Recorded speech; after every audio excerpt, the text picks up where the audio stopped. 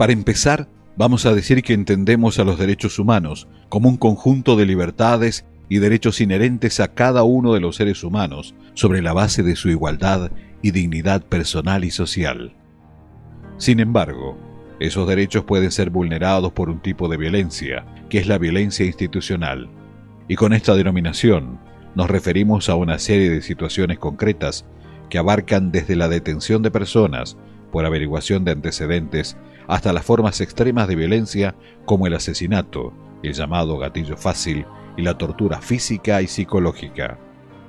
Hablar de violencia institucional es hacer referencia necesariamente a tres componentes: acciones específicas, asesinato, aislamiento, tortura; funcionarios públicos, que son los responsables de las acciones o las aprueban; y las condiciones de privación de autonomía y libertad, situaciones de detención, de internación, de instrucción. Quienes ejercen violencia institucional a través de la violación de derechos pueden ser funcionarios pertenecientes a fuerzas de seguridad, a las Fuerzas Armadas, a los servicios penitenciarios, pero también pueden ser operadores judiciales y efectores de salud. Procedimientos y prácticas cotidianas de la policía que resultan en casos de violencia policial: el falseamiento de cómo ocurrieron los hechos, el ocultamiento de datos, la destrucción o fabricación de huellas y las amenazas e intimidaciones a testigos y familiares de las víctimas. Y esto está en buena medida dado por la autonomía que los códigos de procedimiento penal les otorgan a los cuerpos policiales. Distintos tipos de violencia que pueden configurar violencia institucional. Violencia física es toda forma de maltrato o agresión que afecte la integridad física de la persona, incluyendo el asesinato. Violencia psicológica es la que causa daño emocional y disminución de la autoestima o perjudica y perturba el pleno desarrollo personal mediante amenaza, acoso, hostigamiento, restricción, humillación, deshonra, descrédito, manipulación y/o aislamiento. Violencia simbólica es la que a través de estereotipos, mensajes, valores o signos transmite y reproduce dominación, desigualdad y discriminación en las relaciones sociales. Violencia de género es aquella ejercida contra cualquier persona sobre la base de su sexo o identidad de género y que tiene como fin afectar de manera negativa en su identidad y bienestar social, físico y o psicológico. Ahora, ¿qué hacer cuando te quiera detener la policía de manera arbitraria? Podés pedir la identificación correspondiente y solicitar copia de toda denuncia, notificación u orden relacionada con la detención.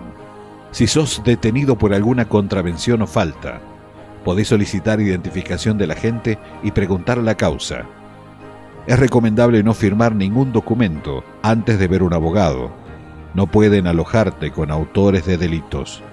Si la detención se produce por ebriedad o por estar intoxicado, deben llevarte al hospital o pueden pedir tu libertad tus familiares. Si el detenido es menor de 18 años, el juez de menores puede dictar el arresto por no más de 3 días. Luego de la notificación de sumario, se dispone de 24 horas para presentar la defensa. Si sos detenido en la vía pública, la libertad de circulación está garantizada por la Constitución. En el interrogatorio podés preguntar: ¿puedo irme? Si no acceden, sos un detenido. La policía no puede revisar a nadie sin su permiso, salvo que tenga motivos, pero no por apariencia o mera sospecha. No se puede ser detenido arbitrariamente, sin orden judicial. La Ley 3757, artículo 9, inciso B, posibilita a la policía a detener a un individuo por averiguación de antecedentes, pero solo en circunstancias que lo justifiquen. Si te detienen, deben informarte inmediatamente las razones o causa. Si te detienen o llevan a una comisaría. Si te detienen por una orden de detención, la misma debe ser por escrito y podés pedir una copia. Tenés derecho a llamar a un abogado, a un familiar o a una persona de confianza y la policía les debe informar las razones de tu detención. En el caso de un menor, deben dar intervención a un juez de menores a los padres o tutores y deben separarlo de adultos. Deben llevarte dentro de las 24 horas ante un juez competente. Nadie te puede requisar al desnudo. Si se te imputa algún delito, pueden incomunicarte, pero deben hacerlo constar en un acta y no más de 24 horas sin orden del juez, pero no al abogado. No pueden interrogarte ni obligarte a declarar. Podés permanecer en silencio y pedir declarar ante un juez después de ver a un abogado. No estás obligado a firmar nada antes de ver un abogado. Si firmás por miedo o presionado, inmediatamente debes hacer la denuncia al ser liberado y debe quedar constancia de las circunstancias en las que firmaste. Si te detienen por averiguación de antecedentes, no deben esposarte ni incomunicarte. La detención no debe pasar las 24 horas, lleguen o no los antecedentes. Si no te liberan, es privación ilegítima. No pueden encerrarte con personas acusadas de delitos comunes. Ante la presencia de violencia institucional, se puede recurrir al habeas corpus. El habeas corpus puede interponerse cuando los actos que lesionan los derechos humanos provienen de autoridades nacionales o provinciales. Es un procedimiento judicial rápido, por el cual se puede recurrir a un juez si sos detenido, privado, negado o amenazado en tu libertad ilegítimamente para que éste ordene tu libertad o haga cesar la amenaza o privación sobre tu persona. El habeas corpus puede presentarlo un familiar o cualquier persona si creen que estás detenido pero no saben dónde o la razón.